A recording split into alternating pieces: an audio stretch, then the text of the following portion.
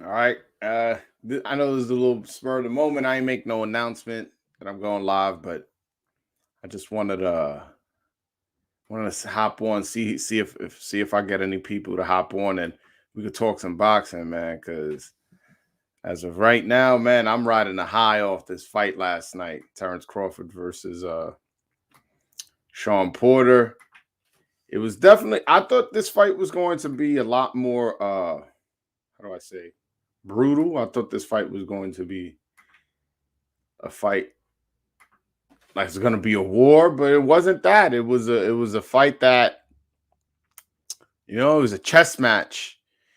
But yo, man, that dude Crawford is nasty, man. Once he figures you out, this dude is nice. Nice. By the way, I'm not gonna be on here long, so just letting y'all know I'm just on here, you know, and let me know, man, what you guys thought of that fight. 'Cause that fight was nasty, man. That was a brutal match. Brutal ending. Brutal in the sense that the stoppage was way too fast. I don't know how y'all feel. That stoppage was not good with me. I felt like Kenny Porter robbed both Shawn Porter and Terence Crawford an opportunity at greatness, man. He robbed Terence Crawford of getting the nice stoppage where it was undoubtedly the fight should have been stopped. And he also robbed Shawn, Shawn Porter potentially making a comeback. He robbed him of that opportunity. He made it way too personal. He's, oh, that's my son. We're gonna. He lives across the street from me. Uh, that's what matters to me most. And it's like I understand. Listen, at the end of the day, like if I have a son and I'm training him, I would rather see him. I'd rather stop the fight too early than too late. But at the end of the day, this is a sport of boxing, man. Shawn Porter did well in the beginning rounds. Did well. He should not. He shouldn't have gotten that treatment. He did well. He could. I don't know what the scorecards were, but I'm sure they were close. I had it close. I'll tell you right now my exact scorecard. I had it. I had it 4-5 in favor of Crawford. Right, 4-5 favor of Crawford. Then he gets knocked down twice. Who's to say he can't score a knockdown in that same round? People say that Crawford got dropped by Kavalasquez. If Kavalasquez could drop you, Porter could drop you. You know what I'm saying? I don't know. I mean, I guess he made the right decision because I feel like Shawn Porter, I mean, excuse me, Terence Crawford was gonna get the stoppage eventually, anyways. So I guess he did the right thing by stopping him. I stopping the fight. If you look at it through that lens, but I just felt, I'm a paying customer. Like if I ever meet Kenny Porter, I'm pulling up on him and I'm gonna be like, yo, bro, you owe me $70. I paid for that pay-per-view and I felt cheated. You owe me $70.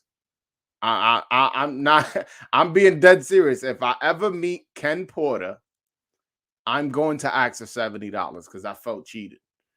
I did not like that stoppage, but again, maybe he's looking at it the way I looked at it and the way Andre Ward looked at it. It's like you stopped that fight not because of the damage you saw, but because you knew what was coming. Ruben, what up, brother? What up, man? Just logged in, but Crawford leaving Top Rank. Yes, he is. He said that in the post-fight press conference, and man. Terence Crawford is such a gentleman. He handled it with so much grace. He was like, "Well, Bob Arum can't get me to fight with Errol Spence when I was with him, and he can't get it without me now that I'm not without him. So I'm just move my way. He can move his way, and I hope for the best for everybody. He kept it mad professional, man. I really like Terence Crawford. Terence Crawford gets a bad rap for being a bad guy, just because a lot of times he has I don't want to say attitude problem, but a lot of times he's a little grumpy. It almost seems like he's always, when you're hungry, you grumpy and you just don't want to talk to people. That's how Terence Crawford almost comes across all the time when he gives an interview. So a lot of people give him a bad rap for that, but yo, the guy's a family man. The guy never ever doing anything outside the ring as far as crime, never getting arrested, scores knockouts, gives us entertaining fights. I don't understand why Terence Crawford is not like one of the most popular fighters in all of boxing. When this guy's knocking people out and he's a gentleman outside the ring, I don't know. I guess I know why. The part of it is he doesn't get the fights that the fans want, because I don't think Terence Crawford is ducking, although he was undisputed at 140, and he won titles at 135.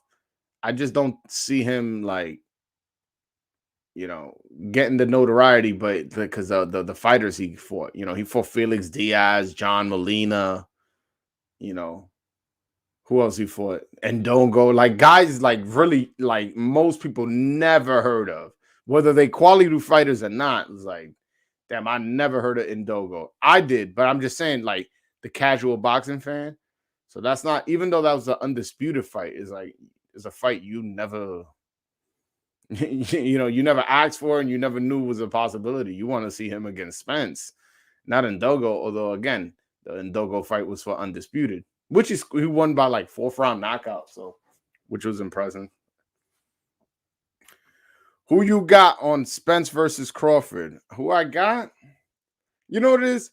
I always said that I got Spence. Like that was always my thing. This was before I had a YouTube channel. People always go, "Oh, who you got?" I got Spence. I got Spence. I got Spence. And it wouldn't be. It was never a question for me. I'm like, you can't lose early rounds to Spence. Like you could do that shit with other fighters, but not Spence, because you can't just knock out Spence like that. And so after the car crash, after the eye surgery, after all these long layoffs, I'm like, damn, I can't pick somebody that I think that guy's damaged goods, man. And like it, it almost just seems like every time now he looks so weight drained. I think he's having trouble making the weight, to be honest with you. So yeah, it's somebody who possibly could to be weight drained, somebody who had serious car accident and now then had a eye surgery.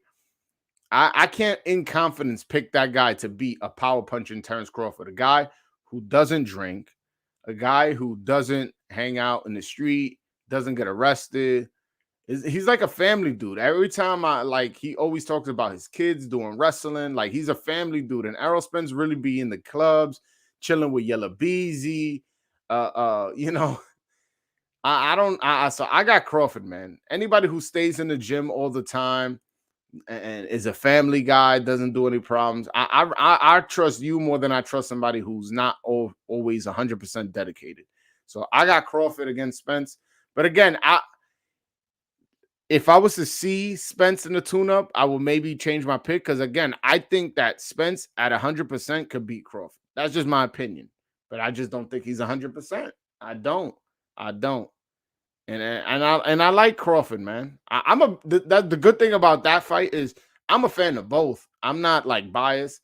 Like you could say I'm biased against Teofimo or biased against Canelo. Those are two of my favorite fighters. But to be fair, I always keep it real with those two. If they do some fuck shit, I'll call them out. Like I called out Canelo when he was holding up the fight with Caleb Plant. I called him out. I made a video. Like my resume is up there. I'm not that biased. But if you want to say I'm biased towards Canelo or Teofimo, I accept that. I'm not biased against Crawford or Spence. I like both fighters. I just felt Spence had the better skill set. But after the car accident, the eye surgery, I had to go with Crawford. I got to go with Crawford, man. I trust the guy who, one, hasn't been injured, and two, is fully dedicated to the sport, doesn't drink, is never in parties, is a family guy. I like Crawford, man. Especially after a performance like last night. He got the stoppage, although a bit, quick, the stoppage. Errol Spence couldn't. Put it like this. Crawford dropped Porter twice in one round, and the fight ended in the 10th. Errol Spence only dropped Porter once, and he had two more rounds to play with. Like, we got to take that into consideration. Errol Spence is not not as hard of a hitter, is what we learned today. And even after the fight, Porter was like, "Hey, listen, that's the best welterweight. I fought them all. I fought Thurman. I fought Garcia. I fought Spence." Pointed across the ring and said, "That man right there, Terence Crawford, is the best welterweight in all of boxing right now." And he is. He is. I got him ranked number one at welterweight. Number one at welterweight. I don't have no problem saying that. Yeah, man. It was. What y'all think of the stoppage, though? Right in the comment section, what y'all think of the stoppage? I ain't like the stoppage at all. Felt like it was too quick. This is a championship fight. This is a pay-per-view fight, so people are paying to view this. Again, I ever see Kenny Porter in the street, bro, you owe me 70. I'm dead ass. I'm dead ass. And I hope I get it on camera. I'm like, bro, you owe me $70. I felt cheated. I felt cheated. I needed to see a knockout, man. And I know that's your son, but you can't cheat him of his glory either. He was pounding the floor when he got knocked down. He was angry. Why didn't you give him a chance to express his anger in the ring? Like, why did that not happen? I was very disappointed, to be honest with you. Very disappointed with the stoppage. Do you think Crawford is pound for pound right now? Yeah, that stoppage was BS in my opinion. Well, do I think he's number one pound for pound, which is I'm assuming what you asking? No, I don't think he's number one. That's Canelo. Canelo went undisputed in 11 months, man. That was impressive. That you get real points for that. Then on top of that, you got to include his whole run. You know, when he beat Kovalev, when he beat, Daniel Jacobs and Triple G and and Lara. Once you take all that into consideration, it's like, damn, like this dude's really been putting in all this work. For me to put somebody over him whose resume is not even half, not even a quarter of what Canelo have, it would be disrespectful. I have Crawford somewhere ranked definitely my top five, probably 4. I'm being honest. That resume is too weak. Although, yes, that win against Shawn Porter is impressive, especially since he got the stoppage. Although I didn't agree with the stoppage, he got it anyways. Number 1, I got Canelo. Number 2, probably Inoue. Number 3, Usyk. And then probably number 4, Crawford. I'm being honest. And then number 5, I don't know. Tyson Fury, Jacobs. I mean, not Jacobs. Jacobs, you hear me? Tyson Fury or Josh Taylor. I don't know. I don't know who I got in number 5, but yeah. See, Porter Pop's mentality abuses his son. Yeah, I felt he really disrespected Shawn Porter after the fight. He's like, yo, his preparation wasn't right, like this and that. I'm like, damn, really? Like in front of a national stage, that's what you say? That's why you stopped the fight? His preparation, man. He looked ready to me, man. He fought a good fight. He wasn't in there fucking looking stupid. I would have told you, like, yo, what did y'all work in the gym? Did y'all even train? I would have said something like that. But nah, man, Porter put up a good fight. He just came up against a good fighter who figured him out after the 6th round. That's what happened.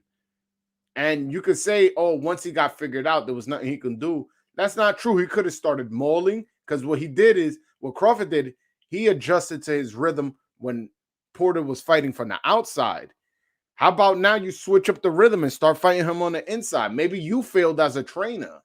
Don't like, I didn't like that how he threw that on the fighter. That was real disrespectful, man. Nah, man. Like, yo, this guy's in here giving it his all, landing good shots. Yo, that 8th round was close. I gave it to Terence Crawford, but if you watching at home, you gave that to Shawn Porter. I don't have a problem with that. But like that 8th round was close. I put a notation on my scorecard that said close. That was a close round. So I ain't like what Kenny Porter did, and I ain't like what Kenny Porter said. And it's like, bro, like you didn't do your job as a trainer because obviously when Terence Crawford adjusted in the 6th, you had no answer for it because that's when pretty much Terence Crawford took over. And that's when you should have gave your son better instructions. It was nothing wrong with his preparation. I ain't see him Porter, guys. Y'all saw Porter breathing heavy. Y'all saw Porter. He looked absolutely lost in the ring. At no point did you guys say, why is this guy in the ring? He doesn't even deserve to be in the ring with Crawford. That was some fuckboy shit he did in that interview. Randy says, I got Crawford 4th in my pound for pound. Yeah, me too. Now, I just said it off the top of my head right now. He I got Canelo, then Inouye, then Usyk, then Crawford. That's pretty much how I have it. That's pretty much how I have it. Yeah, man. Yo, bro, yo, how crazy? Think about how crazy is that you're not willing to take responsibility, that you're willing to throw your son under the bus and stop the fight early. How much of an egomaniac is that, bro? That shit was crazy. I really, again, how he grabbed the mic and be like, "Hey, listen, that's my son. At the end of the day, you guys are just here to see a fight. I'm just here to save my. I'm just here to make sure my son is taken care of. I didn't think he would. I think the stoppage was gonna come eventually, so I'd rather stop it early. Had he said that, I would have been like, I still would have been annoyed, but I would have been like, all right, man, like whatever. At the end of the day, that's not my son in there. You know, I could see a father because yeah, remember, yeah, that's his trainer, but that's also his father. Like he's going to be his father for the rest of his life. At any moment when Shawn Porter would have retired, which by the way, Shawn Porter announced his retirement. I know a lot of y'all ain't see the press conference. Shawn Porter announced he's done with boxing. So, you know, at any moment, Shawn Porter could have retired, which again, he did. Kenny Porter's still going to continue being Shawn Porter's father. So I know he's looking at through that lens, like, fuck this boxing shit. He can take an L. I can't take a L of me losing my son or my son being, punch drunk or my son not being able to come home to his grandkids. I mean, his grandkids, meaning Shawn Porter's kids. I understand that, but like, you don't go, oh, he didn't prepare right. That's why I stopped it. It's his fault. If he didn't want me to stop it, he would have done better in the gym. Damn, bro, you being a little hard on him. He did good. Like, yo, that shit was crazy. And I don't mean to harp on that, but like that's how the fight ended. So that's kind of what I have to talk about. So now, had the fight, not happen, had the fight been stopped a different way, had the fight went to decision, I would have been talking about the decision. But the fight got stopped. That's what happened. The fight got stopped. I really, really, really did not like that stoppage, man. I did not like the stoppage, especially for a pay-per-view. When again, he's looking at it from his perspective. Oh, this is my son. I want to continue living with him. I want him to have a healthy life. I want this. I want that. And I agree. Don't get me wrong. Please don't get me wrong. But I don't think it was to the point where I'm like, damn, man, yo, like Porter's taking some shots, man. Like I really, really think they should consider stopping this fight. At no point did I even say they should consider stopping it. I was just like, oh, damn, he got dropped twice. Let's see how he reacts. And his reaction was a fighter's reaction, like, fuck. He was pounding the ground, like, damn. Like, I got dropped twice. Who knows? Who knows if Porter was about to turn it on and just go, all right, you dropped me twice. Now I'm going to get my drop back. I don't know what his mentality was, but I do like him being angry on the ground, pounding the floor. You know what I'm saying? It wasn't like he was, like, all right, I got to get up. Or sometimes what they'll do is they'll slowly get up. He got up. He was just mad. He was pounding the floor a little bit, showing his anger. And then he got up. He looked good. He wasn't wobbly. His eyes looked clear. I ain't like the stoppage, man. I really don't. What are your thoughts on Spence versus Crawford? I already spoke on this, Ryan. I think I always used to pick Spence, but after the car crash, after the eye surgery, I got Crawford, man. Because Crawford hit hard, man. If you're not 100%, you got into a car accident before, your eye messed up. What are you gonna do when Crawford is cracking you across the head? Because Crawford hits hard, man. Don't sleep on that Crawford power. I feel bad for Porter. His legacy would be he was a great fighter, but he couldn't get the big ones. Yeah, that's exactly what it's gonna be. Because like, what's his best win on his resume? Devin Alexander, Paulie Malignaggi, Danny Garcia. Danny Garcia is probably his best win. And for being honest, Danny Garcia at 147 wasn't it, man. He was good at 140. 147, he also came up just short. He lost to Porter, lost to Spence, lost to Thurman. So like, yeah, that's another one. I look. By the way, I do not got Porter as a Hall of Famer.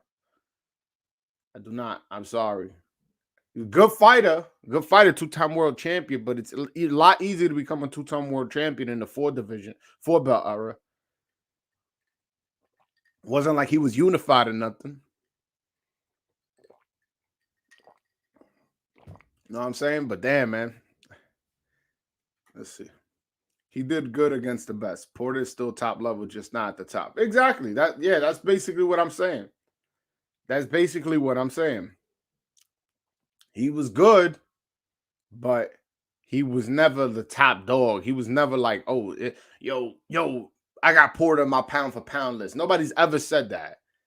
Like, you know what I'm saying? Like, I don't remember anybody ever saying they had Porter in their top 10. No doubt, Porter had all his senses. Yeah, he did. Dave, my man. Shout out to you. Yeah, no, for sure. He was angry. When somebody rocks your shit and your mind is not right, your mind is not to be angry pounding on the ground. Your mind is like, damn, man, I just got rocked. Like, let me chill.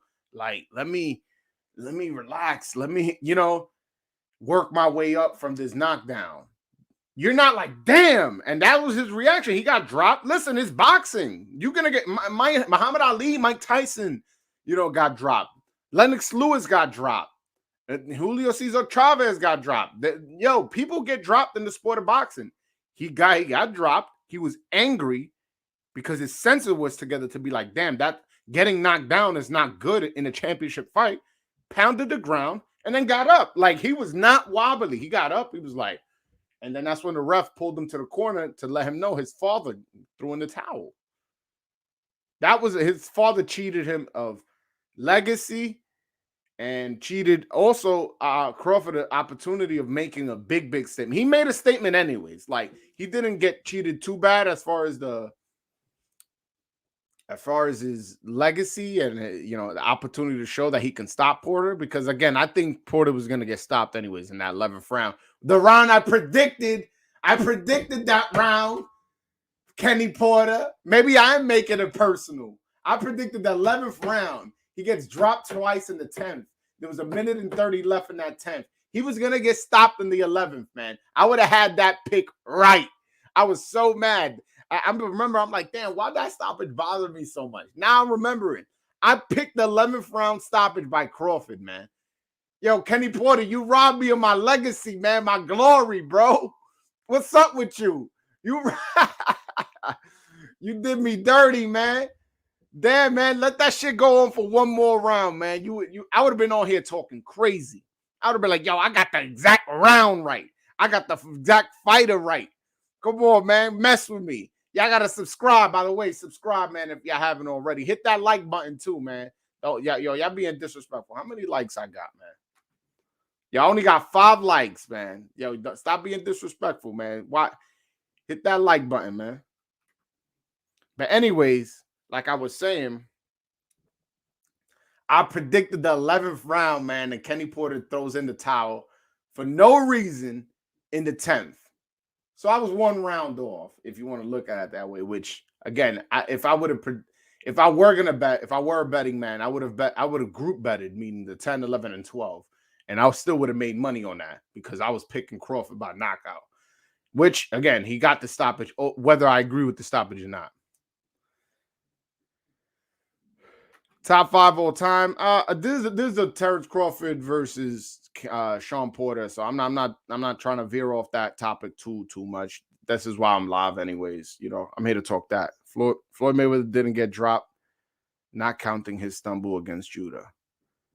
I mean, I thought he got dropped against Judah. I just thought the referee ain't count it, So, but anyways, yeah, by the way, I'm trying to keep this conversation on the fight. If you guys want to talk about that trash ass undercard, we can. Last minute. Oh, wait, hold on. This is my man Dave. Hold on. I had Bud by stoppage. Didn't pick a round. I won 150. Yo, that's what's up, Dave. See, that's what happens when you watch my channel, man. I get the predictions right. You can make money. My man Dave been loyal since the beginning, man. I don't even know Dave personally. He probably watched my channel, got influenced, and threw some money. Look, $150.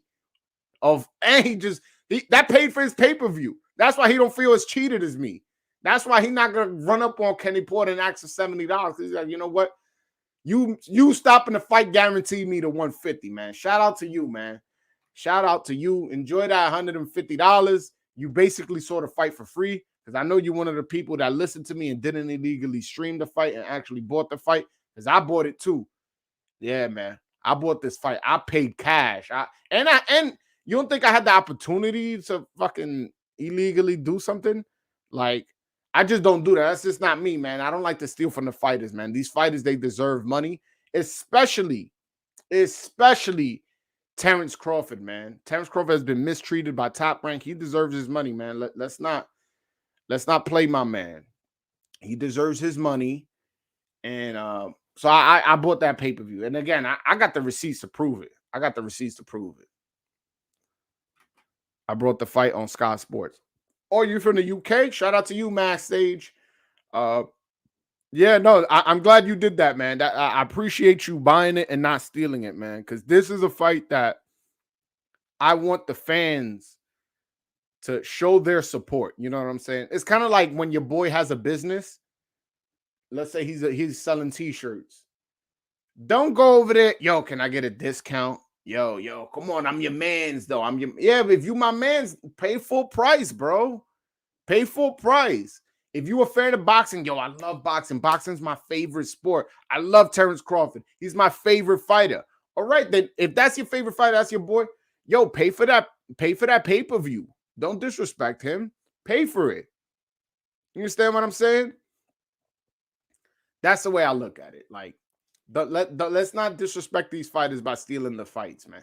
Again, I'll turn the blind eye. I'll be like this. Yo, I'm illegally streaming Charles Martin versus Luis Ortiz, man.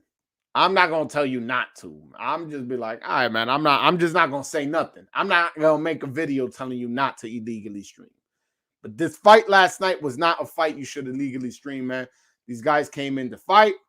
These guys came in to go to war. It happened to be a little bit more technical than I predicted and that most people predicted, but it wasn't a boring fight at no point, especially when you see what Terence Crawford was doing. I was just focused on what he was seeing, and I really didn't see too much adjustment in terms of where he was placing his punches as more as what punches he was throwing. Once he started with that jab and going to the body, that a little adjustment, those two little adjustments changed the whole rhythm of the fight because his jab was throwing off Shawn Porter's rhythm.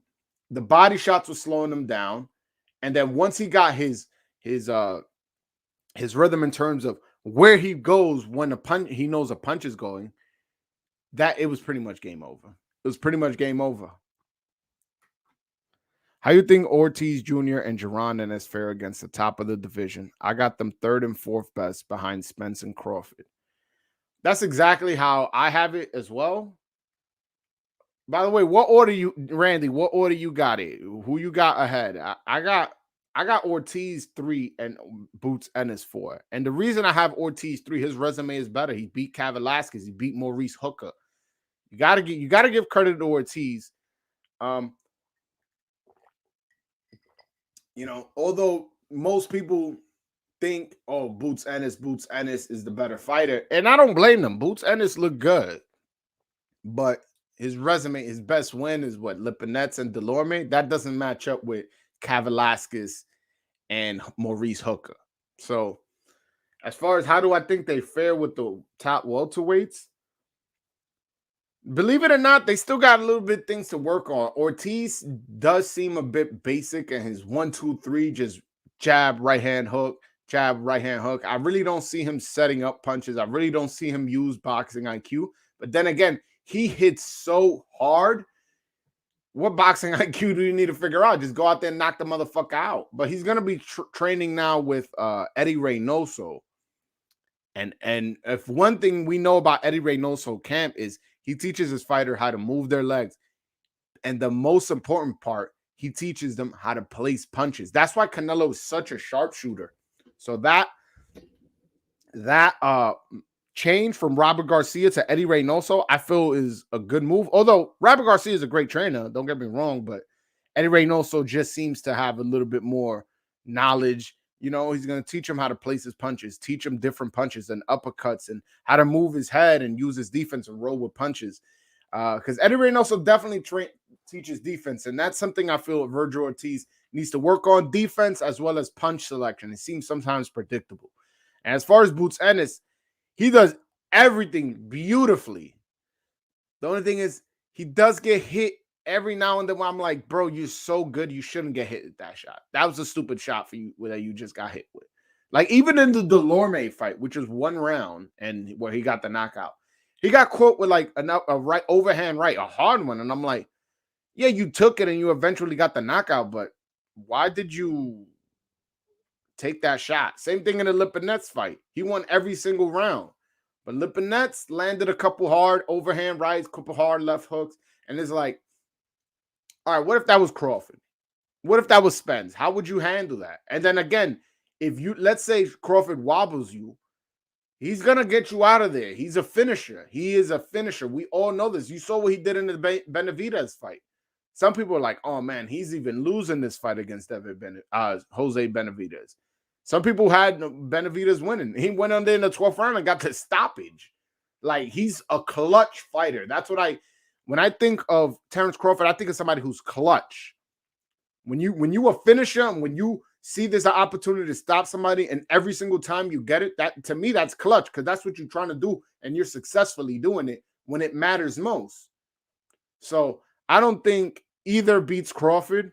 And as far as Spence, I have a hard time picking Spence because I don't know where he is physically, to be honest with you. I don't know where he is physically. How bad did that car accident damage his body?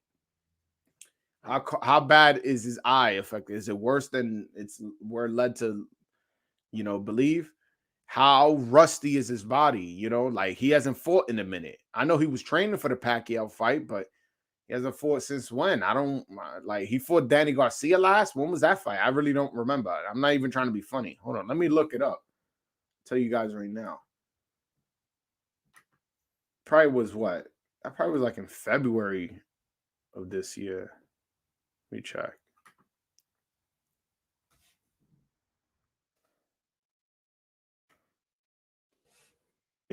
Errol Spence last fought. Okay, it's gonna be almost a year. He last fought in December 5th of 2020. So there's a lot of circumstances there. Like, what's going on with Errol Spence? I don't know. I really don't. I don't know. I need to see Errol Spence in a fight before I'm picking him. Like, put it like this: I would never bet against Errol Spence until I see him in the ring again. You coming off a long layoff and eye surgery, and before that, you were coming off a long layoff and a car accident where you lost teeth, had a concussion, and you scraped your whole face. How can I as a fan be confident in putting money on you? Now, again, let's just say Errol Spence is on his P's and Q's and he hasn't missed a step. I think he beats Virgil. And as far as Boots, I got to see Boots in with some better competition before I start giving him all this credit. Although I do believe he's good, I can't give him that much credit. Was like, no, this guy's for sure better, would beat Crawford and Spence. Is like, bro, you passed the eye test, but if your best win is Delorme and Lipinets, I got to see something. Like, could you beat a Kavalauskas? Could you beat a Jamal James? Could you beat a Batiev? Could you beat a Ugas? Like, I need to see you fight those guys. Michael Blunt, my dude. What's up, brother? What's up? Yo, by the way, guys, if you guys want to call in, I pinned at the top on the top of the chat the link to if you want to call in. Definitely call in, man. That would make my day. One of y'all call in, man. And yeah, facts. I'm a big Boots, and I like Virgil too, but Virgil has faced better competition. Exactly. You think Crawford goes to PBC now? Nah, I do not think that because I saw an interview where Terence Crawford said, like, oh, so y'all expect me to go sign with PBC after they froze me out from all the top welterweights, whether it be Danny Garcia, Keith Thurman, or Shawn Porter until now, Errol Spence. He goes, yeah, I think that's cool. Like they would just after I'm a free agent, I'll go sign with them after what they did to me. So I think what he stays at is a he goes on a fight by fight basis. He goes on a fight by fight basis, and what he's doing is that's what he's gonna do. So if it makes sense for him to go to PBC, he's going the Canelo route. If it makes sense for him to go to PBC and fight Spence and Ugas and let's say Keith Thurman makes a comeback, then he'll do that.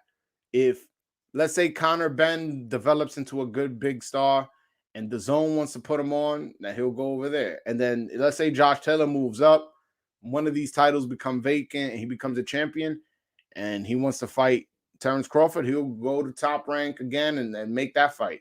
Because you got to remember, Terence Crawford, he hasn't burned any bridges. We all know he has a great reason to talk shit about Bob Arum and Top Rank. Yo, he handled it with grace at that press conference. He's just like, hey, man, I'm going to move on with my career, and I hope the best for everybody. He didn't say, fuck Bob Arum. He's a piece of shit. Blah, blah, blah. He didn't say none of that. He just said, hey, man, I'm moving on with my career. So he hasn't burned any bridges. I feel like he's going to go on a fight-by-fight basis. He's going to go what Canelo did. Salute, bro. The excuses for Bud beating Porter are already pouring in. I don't know what – the only excuse I see is the stoppage was early, but at that point, you got dropped twice. It was a close fight. If you had Porter winning, cool. I personally had it 5-4 for Crawford. And then the 2 knockdowns happened. So, like, if he was going to get a decision. I think he was going to get the stoppage. But let's say he didn't get the decision. Those 2 knockdowns were crucial. And you really don't think Crawford was going to get another knockdown? As good of a closer as he is? Like, be honest. Come on, guys. Like, so I don't see why there should be any excuses. Crawford won this fight fair and square. Did a better job than Spence because he didn't lose as many rounds as Spence, as well as didn't take as much punishment as Spence, dropped him twice, which Spence couldn't do, and stopped him, whether you like the stoppage or not, which Errol Spence didn't do. And I think the stoppage was coming anyways. He needs to. I think he may just be a free agent or go to the zone. I think he's going to be a free agent. Oops, my bad. He's going to be a free agent. He's going to be a free agent because why would he not? Why would he lock himself in with PBC and then let's say Virgil Ortiz and Conor Ben end up becoming stars on the zone, and now he can't fight those guys because he signed with PBC and PBC doesn't do business with the zone. He's at the point in his career where he's a veteran. He's already been experienced. Why would he not go on a fight-by-fight basis? That's what I would do. If I was in his shoes, I would go fight-by-fight basis, go into the highest bidder or to whoever has a belt. Whoever has a belt. Right now, all the belts are at PBC, but that doesn't mean, a mandatory can't be ordered by some of these sanction bodies. And then, let's say, because the WBC mandatory is Virgil Ortiz. Let's say Virgil Ortiz beats Spence. Now the belts are in the zone, but you just signed the PBC. See what I'm saying? It doesn't make sense at this point in his career or where he's at. It doesn't make sense for him to sign with PBC. He's just going to go on a fight-by-fight basis. That's what he's going to do. Guys, if you guys want to join the conversation and call in, the link is at the top of the chat. Click that link. If you don't want to show your face, that's cool. If you just want to use your voice, that's also cool. Call in, man, so we can discuss boxing. You can ask any questions. Today, we're talking about the Terence Crawford, Shawn Porter fight. Any questions regarding that, feel free to call in and, I'll answer all your questions or I can debate you. If you disagree with me, call in. Tell me I'm wrong. Tell me that the stoppage was just. Any more of that, Porter would have got hurt. If that's your opinion, call in so I could debate you and let you know how you're wrong because that's definitely the wrong idea.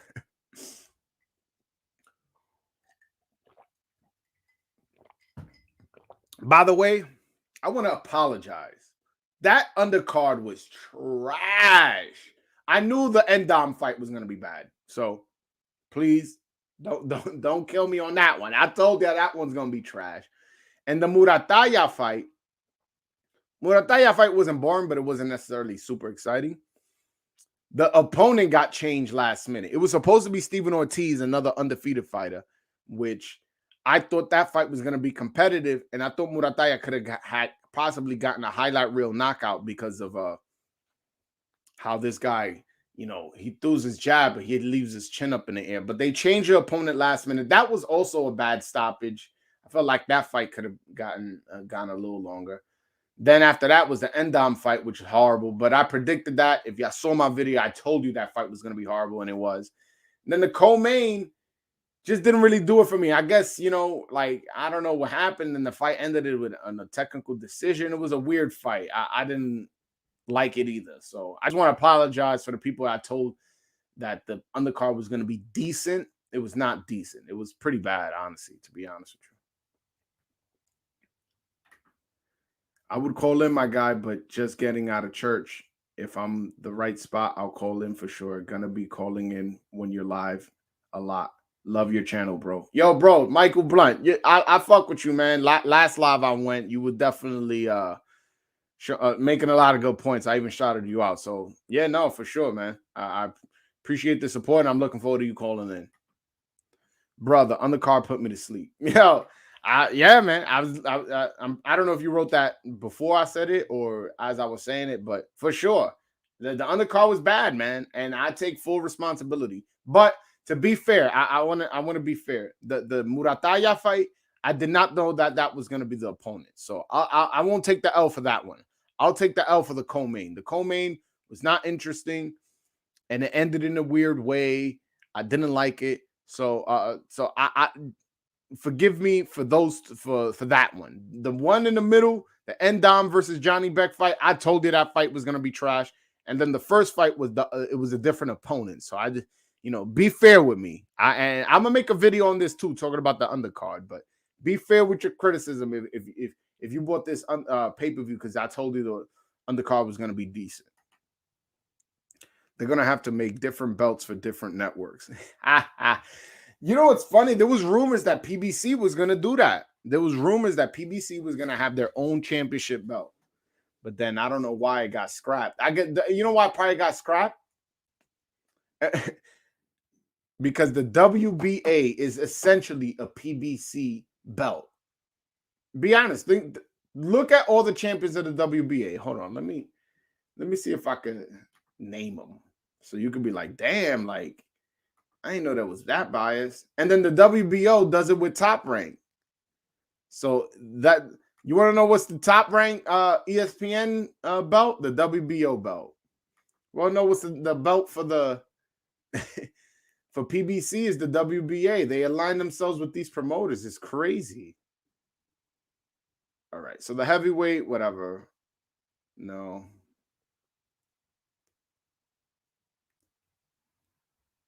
It's all like in the lower weights.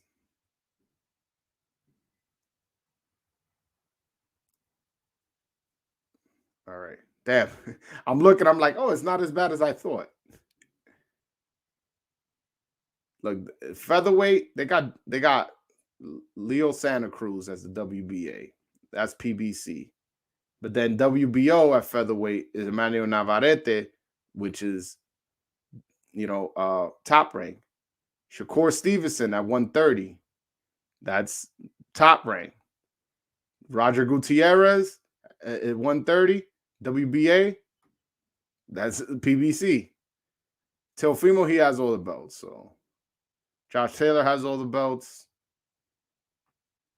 Look, Top Rank, WBO at 147. Terence Crawford. WBA, Yordanis Ugas, PBC. Actually, in junior welterweight, junior middleweight, PBC has all the belts. You see where I'm going with it? Like, for the most part, that's how they go. The WBA aligns themselves with PBC, and the WBO aligns himself with Top Rank. That's pretty much how it goes. Obviously, it's not as bad as I thought. Honestly, I thought it was worse, but for the most part, that's how it goes. Like, that's why if you remember, Shakur Stevenson title at 126 was the WBO, and his title at 130 was also the WBO. Navarrete has the 126 title. That's Top Rank. Although there's rumors that he's going to leave them, and Telfimo, but Telfimo has the WBO. That's top rank, and before that, Lomachenko had it.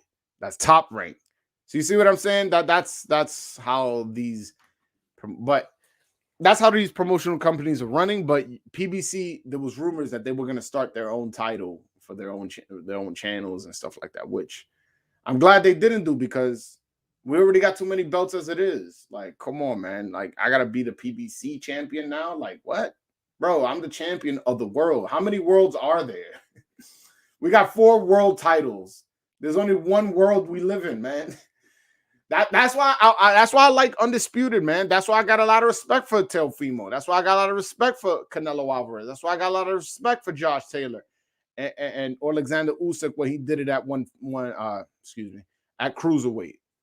You got to respect guys who go undisputed, because that lets me know you fought the best. You got the most hardware. You got the most trophies, because that's what a belt is a trophy.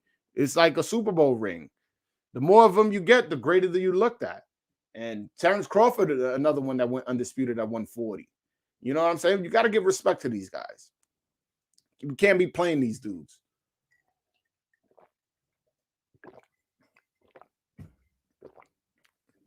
But yeah, man. You guys call in if you guys want. The link is pinned to the top of the chat. Just click the link. You can use the video. You can use the voice. Whichever one you prefer. Exactly, Dave. Champions have to fight champions. And that's exactly how I see it too. Like, come on, man. The best got to fight the best. Look what Canelo did. Which is why I like when he brought up Teofimo to the stage. After putting out a statement totally trashing Ryan Garcia about how he's not focused, about how he's not doing what he has to do in the gym, how he has to call him to come to the gym every now and then. After doing that, 2 to 3 days later, he's on stage with Teofimo, showing both of them showing all their belts. See what I'm saying? He's showing you, yo, bro, like, get yourself a belt. Start fighting the best. Get focused. Look, I'm doing with this with somebody in your division. After calling you out, Ryan Garcia, I'm bringing up Teofimo Lopez to my greatest moment to show his belt. This guy is somebody you could potentially fight within the next 4 or 5 years. And he's on stage with me after I put out a statement that I criticize you. You know why? Because this guy fights the best. This guy is putting himself out there, taking the risky fights. You need to do the same. And it looked like Ryan Garcia took it the right way, because the day of the Canelo fight, he came up, he put a picture up with Canelo Alvarez. And I know that's not a big deal to y'all, like, oh, he just put a picture up. But you know, these young kids, man, Instagram is everything. If they putting up a picture of you on their Instagram, that lets you know they really fucking with you. So looks like Ryan Garcia really is fucking with Canelo, and Canelo is just saying, like, all right, he did see what I'm saying. Hopefully, when Ryan Garcia heals from his wrist surgery, he go back to the gym and he could prove to Canelo that he's 100% dedicated. Like, that's what I want to see. I want to see Josh Taylor fight Crawford. I wouldn't mind seeing Teofimo versus Josh Taylor. As far as Josh Taylor versus Crawford, that fight's probably not going to happen, because Crawford is tied at Top Rank and ESPN. He doesn't want to do any more business with them. He wants to do business with, not necessarily wants to do business with PBC, but he wants to unify, man. That's his type of character. Look what he did at 140. He got undisputed. And I heard an interview he did, I want to say it was with Andre Ward, where they asked him, like, yo, can you retire now and be comfortable with your legacy? He said yes. He goes, but I want to retire undisputed at welterweight. So this guy has the want for that before he goes. You understand what I'm saying? And so, but yeah, I don't. Although that'll be a fun fight, I don't think we'll see it. I don't think we'll see it next.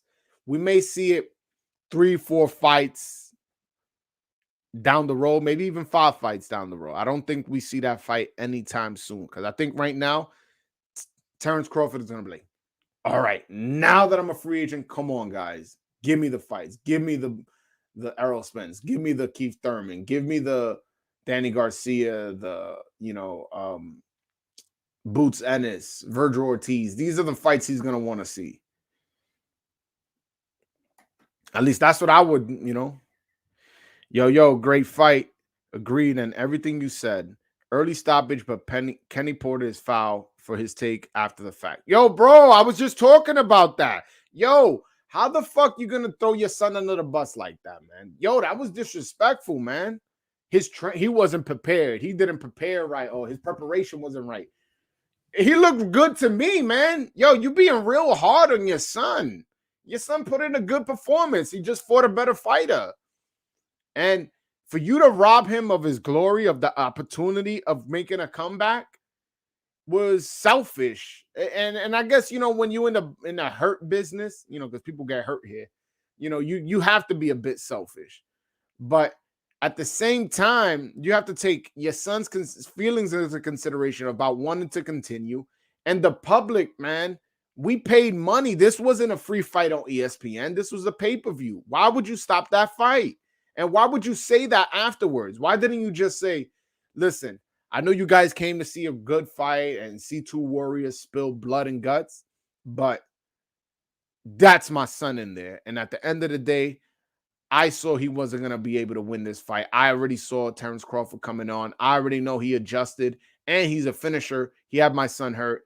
I didn't stop it because it was I stopped it too early, only to not stop it too late. Had he gave that response, I don't think anybody on this chat would be upset. Nobody here would be like, we would still be upset, but we wouldn't be upset at Kenny Porter. We'd be like, damn, man, like, that was a bad stoppage. But the way he explained it, like, he knew eventually Crawford was going to get the stoppage, and he'd rather stop it too early than too late.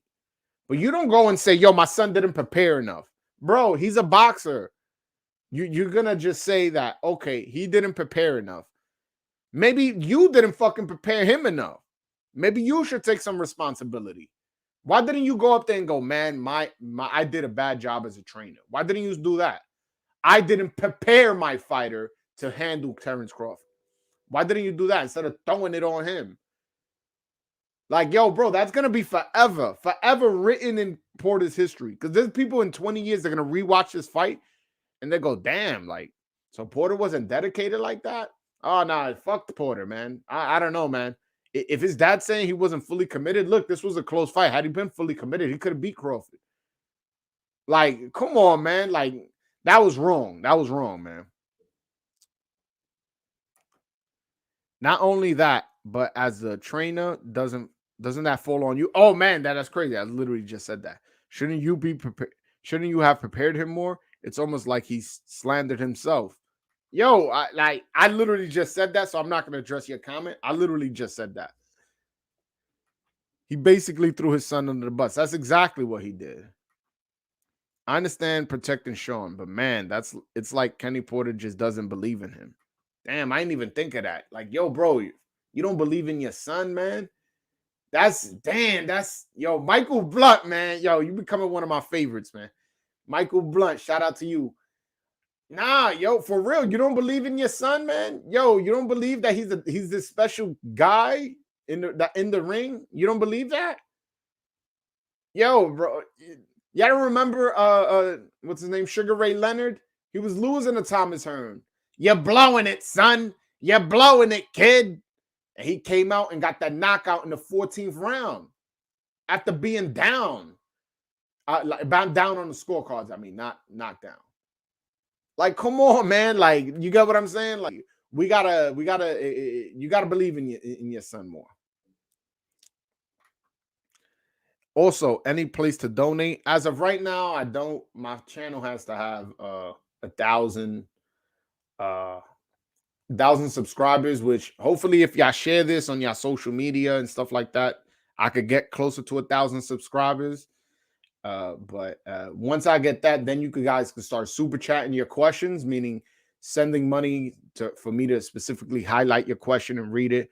So once I get to 1,000 subscribers, I'll do that. And then that's when I'll set up a Cash App. I'll do all that where I could get donations. But I almost want to earn the 1,000 subscribers before I put my Cash App out there for people to donate. I don't want to just ask for money just yet. I want to earn it a little bit more,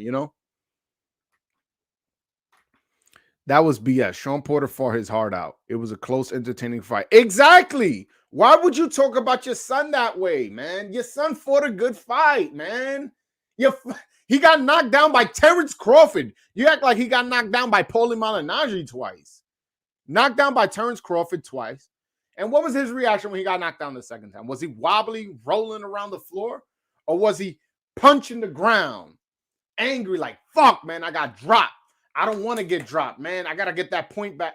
Like, that was when I saw Shawn Porter do that, I was like, damn, he's angry. He's about to get up and try his mauling, tactic. That's what he might try to do, but that's not what happened. That's not what happened. He came and he he stopped the fight. I don't know, man. It's ridiculous. It's ridiculous that happened. Hold on. Do you think Porter would have retired if he lost in any other way?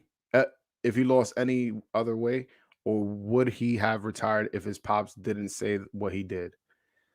Well, in the press conference, he said that he was going to retire whether win, lose, or draw. He goes, even if it was a close draw and the fans demanded it, he was going to retire because he said that he really admires Andre Ward. And he said this is a real cool story, by the way. So he said that a fan came up to Andre Ward and was like, man, you got one in you, man. You got one in you. Come back, come back. And then Andre Ward was like, all right, why isn't it okay for me to just live my life with one more in me?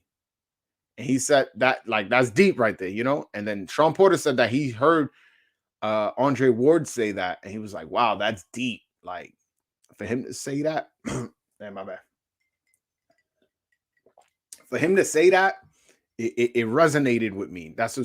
I'm speaking at Shawn Porter. He goes, it resonated with me, and just thought to myself, like, if I could leave with one more in me instead of too late, I'd rather leave with one more fight in me. And so that's why he announced his retire. He goes, he has a podcast. He works for Fox Sports. He works for NBC Sports. Like, he has these announcing gigs and again, his podcast, I'm sure he's making some money on it. And then his father's a trainer. His father has a bunch of Dominican fighters. Ironically, he's training a bunch of Dominican fighters. So maybe he gets into training too, and, helps his dad train some fighters and stuff like that. Who knows where he goes from here? But yeah, he said he was going to retire no matter win, lose, or draw, which I found interesting. All right. I think Shawn retired because he has done enough. And if he keeps fighting, they'll use him as a welterweight name to build people's names up if they beat him. I agree. But, I still feel like he could fight a Ugas. I don't like you guys really. If he had a rematch with Ugas, because some people thought he lost that fight, and it was close enough where, like, it wasn't a highway robbery. If you thought Ugas won, you're not like, oh my God, why they give it to Porter? Ugas got a title. You telling me if Porter's let's just say Porter didn't retire. Porter's next fight was against Yordenis Ugas. I know he has a mandatory and he's trying to get the Spence fight. Just work with me. If his next fight was with Yordenis Ugas, you telling me you would not watch it? You telling me you wouldn't be excited for that fight? Be honest. Be honest. So, like, no, like, come on, man. I don't think they would have used him as a punching bag. I think he has a legit chance at beating Ugas, and I think, he still has some fights in him left. He's just retiring again because he said he'd rather retire with one or two fights in him than beaten down afterwards. I thought Ugas won, but nah, Shawn Porter still has it. But it's just when you fought literally every welterweight there is, it's like there's nothing else you can do. No, I agree. But again, the Ugas fight, you can play up the promotion like, oh, some people thought he won, but I'm giving him a rematch and let's see who really the champion is and this and that. This stuff where you could promote there. So there's this, that's one way he can go. And then let's say he beats Ugas for that WBA belt. Now, you can go back to the drawing board and telling Crawford, yo, bro, you stopped me, but that was an early stoppage. Let's go. Let's do a run back for unification. Who wouldn't want to watch a rematch, especially after um you know, after how competitive this fight was? Or he could go back to Errol Spence. Bro, you beat me, but that was a razor thin decision. I went and got a belt. Let's do it again. Let's do it again. Never know. You never ever know. So I disagree with you on that one. I don't think that what else is there to do? He could have got a belt from Ugas and then got a rematch either with Crawford or Spence. I would buy it if it was pay-per-view over a lot of other PBC pay-per-views. Yeah, PBC be on some bullshit. Be on some bullshit. I don't think Spence wants it, bro. I mean, the thing is, I'm big on acting like a fighter. Like, you have to act like a fighter for me to respect you. Him getting up and walking away as soon as the fight finished, instead of hearing out the interviews, instead of possibly getting invited in the ring, instead of after the fight meeting with news reporters and giving your take and pumping up the fight, it does give me Duck vibes. I ain't even gonna lie to you, man. It does give me Duck vibes. And now, is he ducking? I don't know, because there has been promotional issues. But let's see now. Eventually, Errol Spence is going to give an interview, and I'll see how he reacts and what he says, because I listen to what people say. A lot of people, their problem is they don't listen. I listen to little things, a lot of things that people just roll over. You know, I don't. I listen. I'm a very careful listener. So I haven't heard Errol Spence speak, but I did not like his action of leaving the fight right after the stoppage, not hearing the announcement, not possibly getting invited to the ring, not giving interviews where he can promote himself and possibly give an opportunity to promote the fight a little bit. Yeah, Keith Thurman rematch would be great too. Yeah. All right, Michael Blunt. So you telling me Keith Thurman comes back, has 2-3 tune-ups, and he wants to fight Shawn Porter in a non-title fight. You not interested in that? Oh, he fought every other welterweight. You don't think that's a fight people would want to see? Come on, bro. Come on. Then, man, Shawn Porter's definitely still got fights out there where he can make good money, and where me as a boxing fan, as a boxing YouTuber, I'll be interested. Yeah, no, I get it. I get it, bro. You just needed to hear the fights out. I know after the fight, you're kind of like, oh, what's there to do? Nah, there's still fights out here for him to have, but it's just, right now he just took a L, just got stopped. Kind of like, damn, I kind of don't want to see him get hurt. I don't want to see him in the ring no more. But there's still fights out there, but he just doesn't want it no more. Listen, man, it's not us taking the punches. So when somebody wants to retire, as much as we may be disappointed or we may be happy about it, we're not the ones taking the punches in there. So if you don't want to get hit up anymore, and you got to fight, and you still have potential good fights, good money fights out there for you, it's okay to walk away from it. This is a really tough business to be in. When I go to a fight, I'm always one of the first there and last to leave. I just love the atmosphere. Yeah, man. Yeah. Nah, I love boxing, man. I love boxing. And the best part of boxing, listen, the great thing, if you guys never been to a boxing event live, and you're usually a guy that just buys pay-per-views or just watch the free ESPNs at home, yo, bro, going to a fight is dope, especially like the major fights like Madison Square Garden, Las Vegas, Staples Center, all these big fights. Best part about it is, it's not a matter, if you have decent seats. It's not a matter of if you're going to meet boxers. It's a matter of how many. Every fight, there's always a bunch of celebrities and a bunch of boxers. So, for your Instagram, man, you're going to meet, Lennox Lewis. You're going to meet Vander Holyfield, Larry Holmes, Thomas Hearns, Sugar Ray Leonard. These guys, they're fans, so they're there. A lot of times these guys, they get paid to go. They get paid to be at the fights, believe it or not. Or they just give them free tickets. Be like, hey, here's some free tickets. We'll pay for your hotel and flight if you want to come to the fight. And they go, fuck it, I'll go. So there's always fighters there. So you guys should definitely go to fights. Now, If you're like Dave Martinez and me and you get there super duper early, you're probably not going to meet celebrities super early, but as the fight gets later, you will, start seeing people. Like I went to Miguel Cotto versus Yuri Foreman in Yankee Stadium. I met Celestino Caballero. I met Andre Berto. I met Freddie Roach. And it's funny. I got videos on all that. This is back in the days, but I don't know where to find that video. I'll see if I find it. I met Freddie Roach. I saw Manny Pacquiao. I meet him because Manny Pacquiao was there. He walked through the crowd. I saw Manny Pacquiao.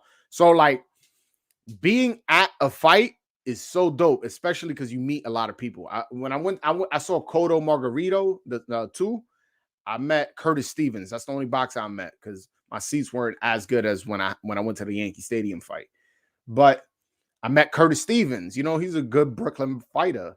He actually was sitting 2 rows behind me, which is pretty crazy. I have better seats than Curtis Stevens. But yeah, nah, man. Like going to a fight is definitely dope. I would recommend going live to a fight for sure. Said true, laugh out loud. I'm a boxer myself, starting my amateur career, but I agree with that. You just don't like to see people get hurt a lot, but it's boxing, man. We love this sport for a reason. I agree. I love boxing, man. That's why I literally got a boxing page. I got Tyson in the back, man. Y'all like my painting? Let me know. I got Tyson in the back, Brooklyn. Only fight I've ever been to was Mayweather Mosley in Vegas. I'm assuming you meant it was amazing. Damn, bro, you lucky, man. That was a good fight. That was a very important fight in Mayweather's career. It was like fighting a true big heavyweight. He got rocked twice in that second round, man. I remember my mom was watching it with me, and I bought the pay-per-view. I remember she was like, "Oh, I can't watch this no more." And after the second round, she was like, my anxiety. She went to her room and yo, so that if you was at that fight, man, that was a good fight. I wish I would have seen Mayweather live. I seen Mikey Garcia live, Cotto, Margarito, Triple G. Who else I seen live? Orlando Salido. I've seen quite a few fighters live, Let's see. I was gonna go to Charlo Castano. It was because it was in my city, but I watched it at home with my family. I think Zurdo Ramirez and Goldobor are having an event here in December. I'm probably gonna go. Yeah, man. Yo, guys, if we want the sport to grow, that's why I was saying, like, yo, let's buy the pay-per-view. Don't illegally stream it. If we want the sport to grow, you know, every now and then we have to go to the fights. Every now and then we have to actually pay for the pay-per-view and not illegally stream it. Like we have to give our support to the boxers and to the promoters so they can see that the sport is alive and thriving. They can see that, hey, we're loyal to them. Because a lot of times you may not get the fight you want because they're saying your favorite fighter is not a draw, but it's because most of his fan base is illegally streaming it. You understand what I'm saying? Don't be that guy that, let's say you're a big fan of Crawford. Let's just say that's your favorite fighter, but you illegally stream all fights, including his fights. You just a illegally stream kind of guy. Okay, you illegally streaming your favorite fighter. Not only are you taking money out of his pocket for that current fight, but you taking money out of his future fights because people are gonna go, yo, look how many subscribers you got. Look how many pay-per-views you sold. My bad. Look how many pay-per-views you sold. And you want that much? Nah, man. Nah, it's 60-40. You're not getting 50-50. Or because you illegally streaming it. And I know you're just one person, but all it takes is one person. It's all one person. It all starts with one person. Because then when you have that fight party and you invite people over, they go, wait a minute. You getting this for free? Yo, hook me up, set me up in my crib. And then you set them up, and now they illegally streaming it. So that's 2 people. And then he does it for his friend, and it's a whole fucking mess. I met Jermel Charlo, though, at a meet and greet. He was cool. That's what's up. I mean, I'm surprised he's cool. He be coming off mad aggressive. Met Roberto Duran and Alexis Arguello at a Ray Boom Boom Mancini fight. Jesus Christ. But you see what I'm saying? He went to go see Ray Boom Boom Mancini, who was never a huge star, but he went to go see him. And look at the legends he met. These are A-class first ballot Hall of Fame type names he met. Alexis Arguello and Roberto Duran. Dave Martinez probably remembers that moment more than he does the fight. That's why it's important to go to these fights. And the Teofimo Lopez versus George Kambosos fight, that is, those tickets are priced reasonable, and there's still tickets available. You guys better hurry up and buy those. All my New Yorkers, buy those tickets, man. Support Teofimo. He's a local kid from Brooklyn, entertaining guy who scores knockouts, a guy whose face is the best in a fight against a top 10 lightweight with his decent, fights. This is like, let's, all my New Yorkers watching right now, let's support Teofimo, man. Boxing is doing a great job this year, though, by the way. To be honest, my bad. We got a lot of fights for the rest of this year. If everything can go as planned, 2022 could be one of the biggest years in boxing in a while. And Dave, I know. Oh, my bad. That's not Dave. That's Michael Blunt. Oh, shout out to you, Blunt, Michael. Yo, I fuck with you. Now, I made a video on this. Believe it or not, I made a video on this on how 2022 is going to be one of the best years in boxing history. I made a video on that. I made a video probably like 2 months ago. And in the video, I list off potential fights that could happen, all realistic fights. For not like, oh, I want to see this fight, and there's a bunch of PBC versus top ranked fighters. All realistic fights that are great fights that could be put on. And so yeah, 2022 is going to be a really, really good fight. How many buys do you think this fight did? Do you think the fight did? I predicted before for anywhere from 400 to 450. And to be honest, I felt like the promotion for this fight was real bad. So I hope it gets there. I hope it's sold as much as possible.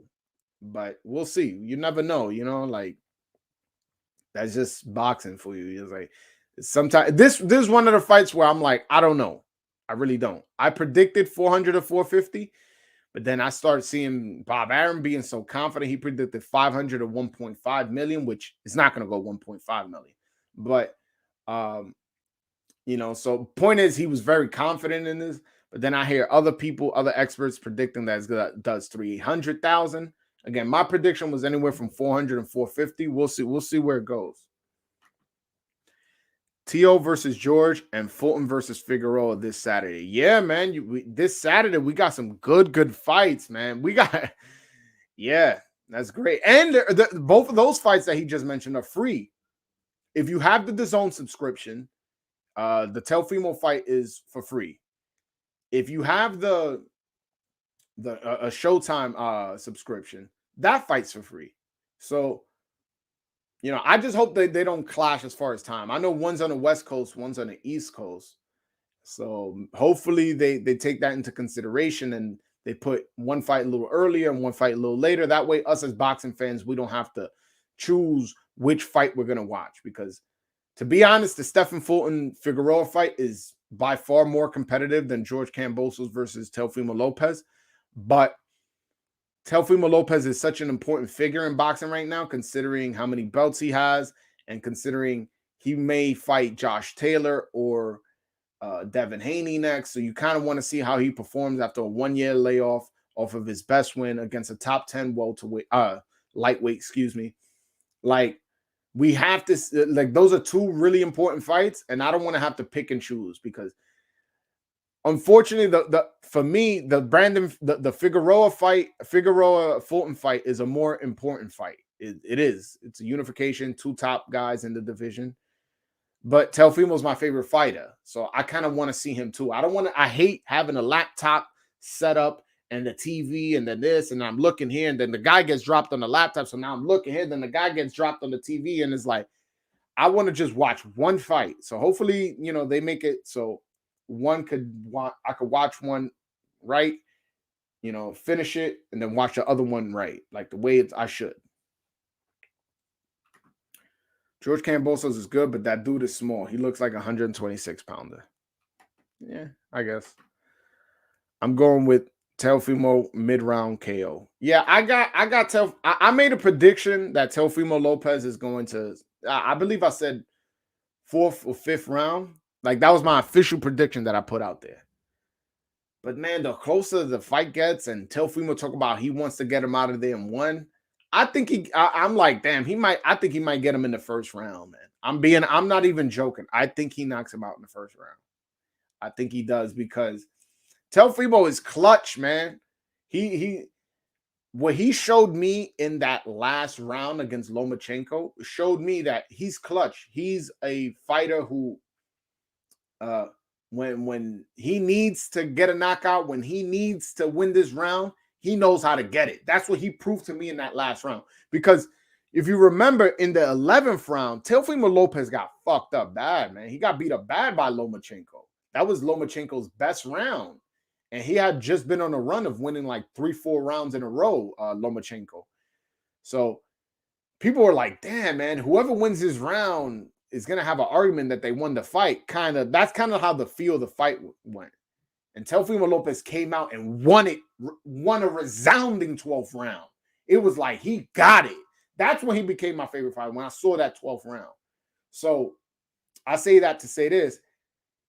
He showed he's a clutch performer, that when he needs to perform, he's there to perform.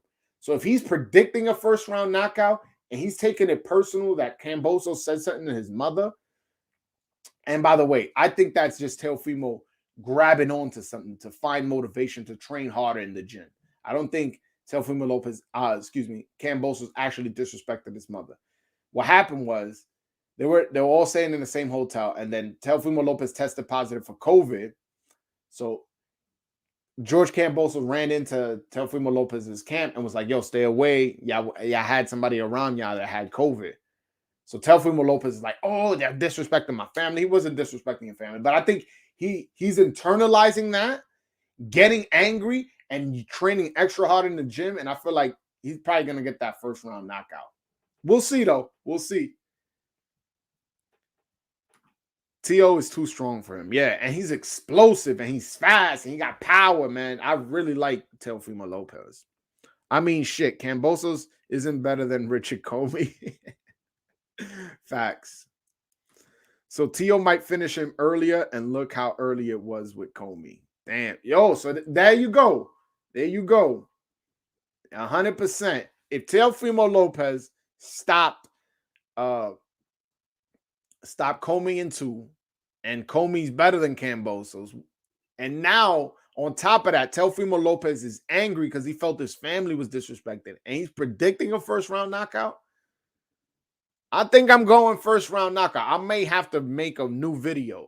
You know what? I'm going to keep my prediction up, but you guys are my live. If you guys are my live, you guys are real fans. Like, you guys are really pulling up. So that's the way I look at it. Like, he's gonna score a first round KO. We'll see. I definitely can't picture in any way, shape, or form Teofimo loses. That's what I'm trying to say. Oh, I already read that. Salute Broadway Joel, Puerto Rican rum, Bacardi Artie. What's up, brother? Thank you, man. I appreciate that. Yo, if you guys want to join the conversation and call in, I pinned the link on the top of the chat. Just click the link. I'll have you join in. You could just use your voice if you want. You could also use the camera if you want, whichever way you prefer. And yeah, just come on, join the conversation. You can ask me any question you want. You could, if I said something you disagree with, we could have a back and forth. So please call in. You know, I'm not getting off this live till somebody call in. How about that? Nah, I work today, so let me not talk like that. Or you making good points. I'm adjusting my bets. Shout out to you, Dave. Yeah, man. I tell Teofimo Lopez by knockout. Like, again, I'm predicting the first round, but like, you know, for the first round, throw some dollars on that. You know what I'm saying? I'm not saying don't bet fucking $500 because, like, you know, we got to be reasonable now. Like, you got to be reasonable. But that's something you throw some money on, where if it doesn't happen, you're like, all right, whatever. It was $15. It was $20. It was $30. You know, something where you can lose and it ain't gonna hurt. But but if you win, it's gonna be like, oh shit, $60 on that. Let me see how much the odds are. Let me see if you just put $60, which I don't know nobody's financial situation, but $60 to me is not a lot of money. I'm not, and by the way, I'm not a rich dude. I'm very average. I don't want to come across like flexing on this. Like, I'm not gonna sit here and lie to y'all. Let me tell you how much the odds are for the first round knockout of that fight. Let me see, round betting. All right. So if you put $60 on Teofimo Lopez, I'm on the FanDuel app. $60 on Teofimo Lopez gets you 1,800. $60? Come on, man. And then if you want to do a group bet, hold on. I'm gonna hook y'all. Yo, by the way, I'm not even sponsored by none of these. A lot of these channels, they sponsored by these betting apps. I'm not sponsored by none of these apps. I'm just watching, just because you guys are my guys. So if you want to bet, if you want a group bet, meaning one round, first round, second round, and third round, and you bet $60, you win $390 off 60. But you guys got to learn what hedging means. You guys got to learn how to hedge your bets. So I like Teofimo Lopez by knockout is, to me, is as safe a bet as possible, to be honest with you. So Teofimo Lopez by knockout is negative 210, meaning you have to bet $210 to win 100. So let's say you want to bet $60 on Teofimo Lopez first round knockout. My bad. I know I usually don't do this betting stuff, but just because my man Dave Martinez brought it up. So first round knockout, let's say I put $60. That win me 1,800. But I know for a fact Teofimo Lopez is winning by knockout. There's no way this fight goes decision. So what I do is I'll try to how much I gotta bet to win $60. If I'm just betting just Teofimo Lopez to win by knockout. So you bet $126 just the knockout, and that will win you $60. But then you bet $60 on the first round knockout, which is $1,800 to win. So now if he does get the first round knockout, you win $1,800 plus the 60 because you bet Teofimo just to win by knockout. That's what hedging is. So you guys can get creative with the hedging your bets and stuff like that, because that's what I do when I bet. Because in New York, you can't bet, but anytime I'm in Jersey, I place a bet here and there. Like, I'm not a gambling addict. That's just not my thing. So every now and then I'll place a bet, but what I do is I hedge my bets. I always go, what's the way I think this fight's gonna end? I think for sure it's gonna end in a knockout, or I think for sure it's gonna go to decision, or I think for sure just Teofimo's gonna win, or whoever the fighter is. What I do is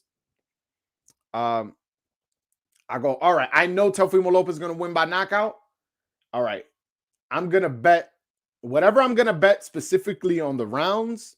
I'm going to bet that where if I don't get the round right and Teofimo Lopez gets the knockout, I still win a few dollars just because I knew he was going to get the knockout. Or I'll just get enough money where if I lose, if I get the round wrong, I break even because I got $60 from betting him to win by knockout. So that's just the way I go about it.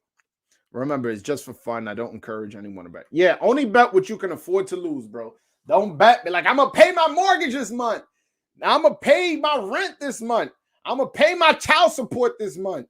I know some of y'all on child support, man. That's a bitch. Not me, but I know some of y'all are. Don't bet money like that. Just bet money where it's like, all right, if I lose this $20, I'll be all right. That's how you should bet.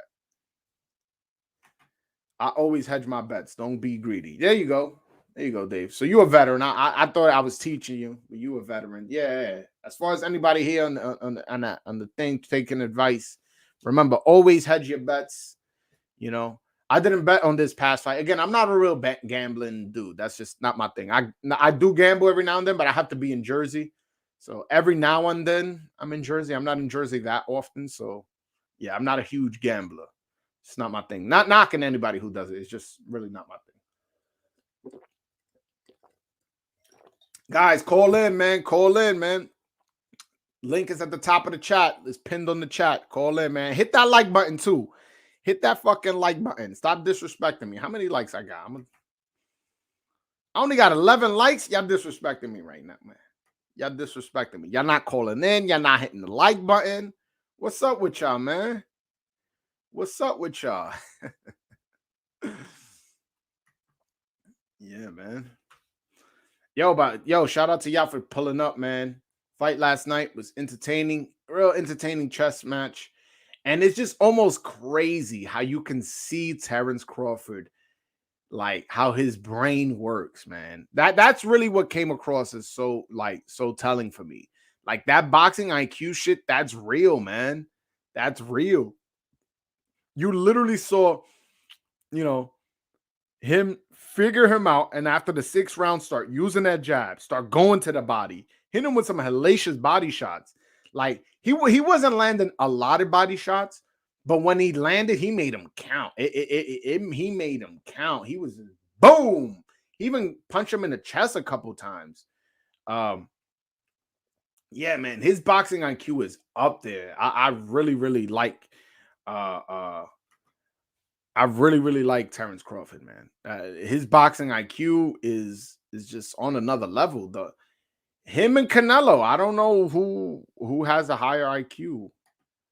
Yeah, no, Canelo too, though. You gotta. He said him and Usyk. Yeah, no, you gotta add Canelo, man. Canelo, like we seen, he really showed his boxing IQ in that fight against Saunders, where he was just timing him, and people were like, "Oh, he's losing rounds. He's giving Canelo trouble." I'm like, guys, relax. He's just figuring him out. And then out of nowhere, boom, broke his face because he knew he kept ducking to that side, and that's and that's what Terence Crawford did. Once he started landing the body shot, started getting him worried about the body shot.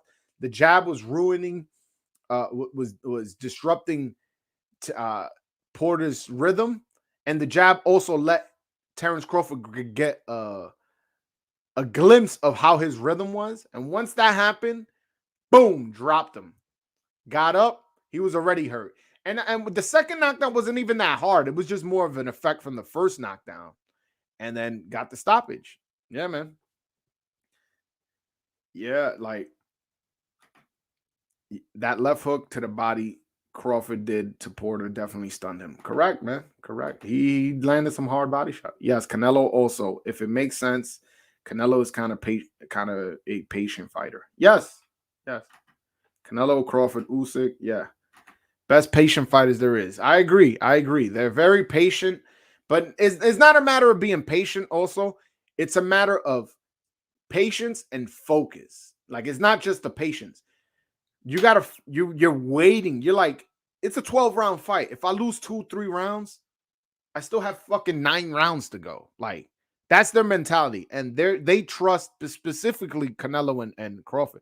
They trust their power enough where it's like, listen, once I get the rhythm, I'm going to get him out of there. It's just that is just what's gonna happen.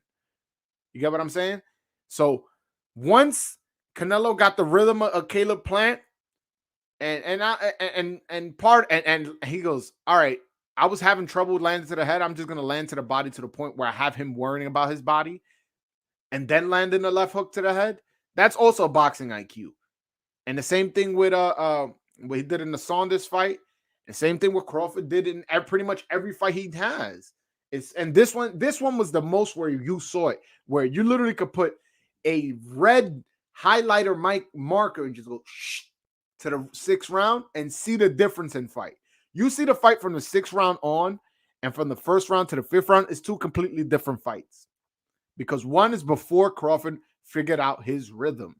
Once he figures out your rhythm, once he reads your fighting style, once he's taking your punches and he realizes you can't hurt him, he adjusts and gets you out of there. Look what he did to the Benavidez. That's exactly what happened. He went, read him, adjusted, and knocked him out in the 12th. And who's to say this guy wasn't going to get knocked out even worse? You know what I'm saying? And which I felt, selfishly thinking that's what should have happened. You got to give Porter earned a shot to finish that fight. and Crawford earned a shot to get a proper stoppage. You know what I'm saying? Watching Crawford is a thing of beauty. They trust their skill set, him and Canelo. Yeah, man, it's beautiful, man. I love the way Canelo fights. I love the way Crawford fights. It's again, as a fan, because we're all fans. With and if you place the bet, again, I'm not a big better, but if you place the bet, even if you're not necessarily a big Crawford fan, you're a fan of him in that moment because you're like, oh, I bet money on him, so you're on the pins and needles, and you see him losing 3 out of the first 4 rounds. You're like, oh, I don't know, man. That's almost a quarter of the fight, man, and he lost 3 rounds, and you're all nervous, and then you go, oh, wait a minute, he figured him out. Like, oh, wait, that jab. Oh, he just won 4 or 5 rounds in a row. Oh, shit, he dropped him. Oh, he dropped him again. So it's like, for those who bet that fight, it must have been a real dope experience. So I know Dave Martinez, he bet on that fight. That's the way I look at it. Like, as a fan, it makes for more of an exciting fight. It tells you more of a story. You know what I'm saying? The story of the fight is, oh, they're filling each other out. All right. Oh, wait, this guy's getting the advantage. Oh, why is Crawford not throwing enough? Why is Crawford getting hit with that shot? That's an easy shot to not get hit by. Oh, this, that. Then eventually, it's little by little by little, he starts figuring you out. And then once he figures you out, he makes it his fight. And then once he hurts you, there is no way you're going to get out. It's kind of like a mouse when he sees a cat and he's cornered and there's nothing he can do. That's what Terence Crawford is once he hurts a fighter. And it's a beautiful thing to see. It's a beautiful way of making the fight, making the story of what you're watching on your television screen or live so cool. You see him working his mind and using his body to do what his mind is telling him to do. And I know that may sound weird, but those who are really into boxing IQ get what I'm saying. You know what I'm saying? It's one thing to have power and know, oh, boom, oh shit, he just knocked him out. But when you see somebody setting it up and learning the rhythm, and you see what they're seeing, because most of the people on here, we all have a sharpened eye. We're all big boxing fans. So you have a sharpened eye and you're seeing like, wait a minute, this guy is using the jab, but at the same time, he's measuring the distance of how close he can get. Oh, he's landing body shots. That is going to work for him. That's going to benefit him in the later rounds, because in the later rounds, he's going to start bringing his hands down, because you can't take consistent body shots from Crawford and just walk through it. So once us fans were seeing that, it makes for such an entertaining chess match. I love high boxing IQ fighters. That's why I love Canelo and Crawford. And I don't love Usyk necessarily, because I'm not. To be honest, I haven't seen too many of his fights. It's like I have seen him fights, but I feel like a lot of times when he would fight, I would have other things to do. So I'm like, damn, you know what? I'm just not gonna watch. So I gotta watch a little bit more Usyk fights, especially at cruiserweight. I didn't watch much of his cruiserweight ring. I saw his fight against Tony Bellew though. But yeah, no. High boxing IQ fighters are definitely the most fun fighters to watch for me. That's true. I like Canelo also thinking to himself that his guy plants sticks and moves the whole fight. So just take my time and I'll catch him eventually and KO him. Yeah, man. Just seeing a fighter have that kind of confidence is like, damn, man, this dude's confident enough to give up 4 rounds.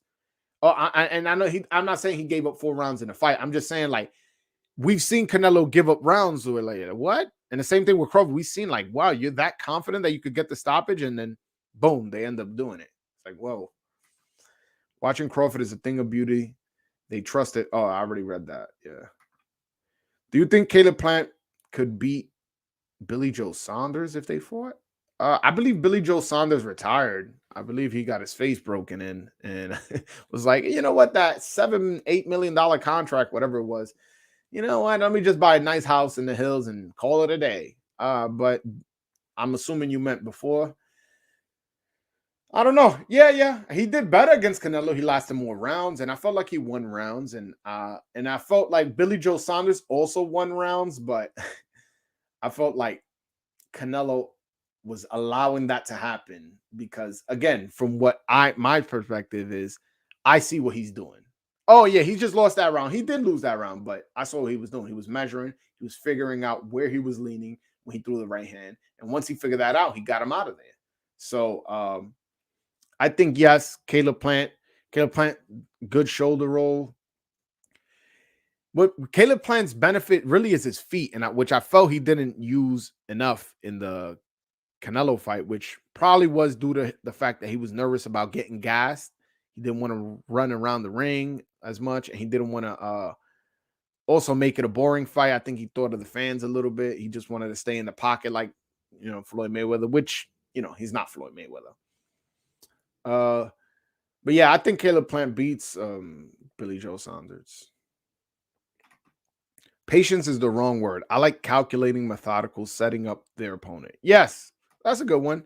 Or honestly, downloading is probably the best word. That's something that Max Kellerman uses a lot. Like, oh, he's downloading information to use that later in the fight. And that's pretty much good what he did. Like, what he does. Like, he downloads the information, realizes, okay, this is what he does when he throws his jab. This is what he does when I feint. This is what he does when I throw the uppercut. And then once you download all that information, you go, let me throw the uppercut because he's going to lean to the left. And as soon as he leans to the left, I'm going to fucking crack his head with a left hook. All right, let me throw the jab because every time I throw the jab, he ducks. And once he ducks, I'm going to crack him with an uppercut. So it's little things like that that happen throughout the fight that a person without a refined boxing eye won't see, but I definitely see. Like, and again, I know you guys see because you guys are hardcore boxing fans, but that's definitely what happens. Man, they were saying Loma was downloading information, but wasn't saying how Tio was winning those rounds. Yo, man, you know what it is? They wanted Lomachenko to win. They're like, oh man, like let's put this young guy in and give him a shot and let him get beat, possibly stopped by Lomachenko. And yeah, and to be honest, I saw there's a blood. It's called Blood, Sweat, and Tears. Lomachenko. I think it's called Lomachenko Reloaded or something like that. But it's the Blood, Sweat, and Tears Lomachenko, like little mini documentary about the Teofimo fight where they only interview Lomachenko. And one of the things he said was, he goes, it was in subtitles. He was like, yo, I was surprised. Yo, he came out aggressive. I thought he was going to be nervous. It's the first time in the big stage, and he came out aggressive, and he wasn't scared at all. So when he said that, again, I told you I'm a very careful listener. I that's one of the good things I learned in college is you have to really learn how to listen when you're interviewing somebody or when you're listening to somebody being interviewed. That interview right there was very telling. That let me know that Teofimo Lopez's aggression threw him off his game. He said it without even like thinking about it. To him, it was just saying something off the cuff. He was not expecting Teofimo Lopez to be that aggressive. And my assumption is, because if you remember the fight, Teofimo was throwing a lot of hard body shots, and Teofimo Lopez is a hard puncher. But a lot of those body shots were either caught on the arms or slightly landing, or, some land, but not every single one. But I felt like Lomachenko felt the power punches to the arms and was like, yo, this kid hits hard. Let me fucking relax. Let me download some information before I open up. Because if this kid catches me, it's night-night. It's night-night. It's not how the fight went. I felt like he gave up the first 7 rounds, to be honest with you. I watched that fight 3-4 times. I thought he lost the first 7 rounds. After losing the first 7 rounds, I think he realized, like, wait a minute, I gotta like really step it up. So he stepped it up. Won round 8 through 11. 11 round, he won that big, man. I ain't even gonna lie. He won that round big. And then again, Teofimo Lopez got that 12th round. So I had it 8-4 for Teofimo Lopez. First 7 and the 12th round. So I do think he did download some information, to be honest, because he wouldn't have won 4 rounds in a row, 8, 9, 10, 11. So he won 4 rounds in a row. So he did download some information. But what people didn't realize is Teofimo downloaded some too in that 12th. And plus, Lomachenko ain't have that dog in him like Teofimo Lopez. And we seen him in that Salido fight. Salido had him all over the ground and like punching him and doing dirty and roughing him up. hey man, sometimes in boxing you got to do what you got to do to win, and that's exactly what happened, you know. And Teofimo Lopez came out in that 12th round, did what he had to do. He ain't go dirty, but if anything, he got headbutted and he got cut by Lomachenko. So if anything, Lomachenko did dirty. Although I felt it was accidental. Yeah, nah, man. Teofimo Lopez, I feel like a lot of people don't give him credit because of what Lomachenko did in the early rounds. But you gotta remember, that's not Teofimo's fault. He did what he had to do. And it wasn't like Teofimo wasn't coming forward, wasn't trying to engage. Teofimo Lopez was hitting mad arms and shoulders and every now and then sneaking headshots, sneaking body shots, partially landing body shots, partially landing headshots. And those are scoring blows. If something's partially hitting you and it's affecting you and it's preventing you from throwing punches, that's somewhat of a landed punch. Like, we got to give Teofimo full credit for that win. And I think he learned so much from the, 8th, 9th, 10th, 11th round that if they fight in a rematch, I think Teofimo knocks him out. Because I feel like Lomachenko's going to be like, all right, I already downloaded the information. I'm going to come in and I'm going to try to fight. And that's when Lopez is going to knock him out. Lopez is explosive. Lopez is fast. He's shown that he's durable in that fight. And Lomachenko, he's never been a one-punch knockout artist. He's never been somebody who knocks people out like especially at this weight. He stopped guys in the stool, but he's never knocked nobody out like how Teofimo did Richard Comey. Which also I'm interested. How does Lomachenko perform against Richard Comey? You know what I'm saying? Like, that's a common opponent with Teo. Teo got him out of there in 2. Show me you want a rematch? Knock him out in 1. If you want a rematch, knock him out in 1. I'll leave it at that. I had it 8-4 for Teofimo on the fact that Teo came out and didn't take his foot off the gas. That's exactly how I had it, Michael. I had it 8-4. Guys, I'm about to jump off soon. So if you guys want to call in, this is like your last chance. Please call in. I don't want to go through this whole live without one call in. Yeah, man. But yeah, I could go on Teo all day, man. Teo's my guy, man. I'm really excited for this Saturday. We waited long enough to see this fight, and this fight is gonna be an impressive performance. I feel like. Hold on 1 second. This is gonna be like his moment to show, like, yo, I still got it. This is why I'm undisputed. This is why Haney is not trying to fight me. Why Josh Taylor not trying to fight me. Although I do think those guys are willing. It's just a matter of making it happen. But, as a fighter, sometimes you got to trick yourself into thinking something. And I feel like he can definitely do that. He could definitely do that in this fight.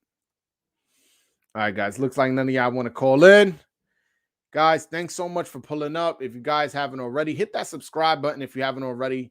And hit that like button before you go. Wipe your finger on that like button, man. Make sure your finger's a little dirty, man. Wipe it on that like button. Help me out. Help me out with the algorithm. And again, thanks for coming through.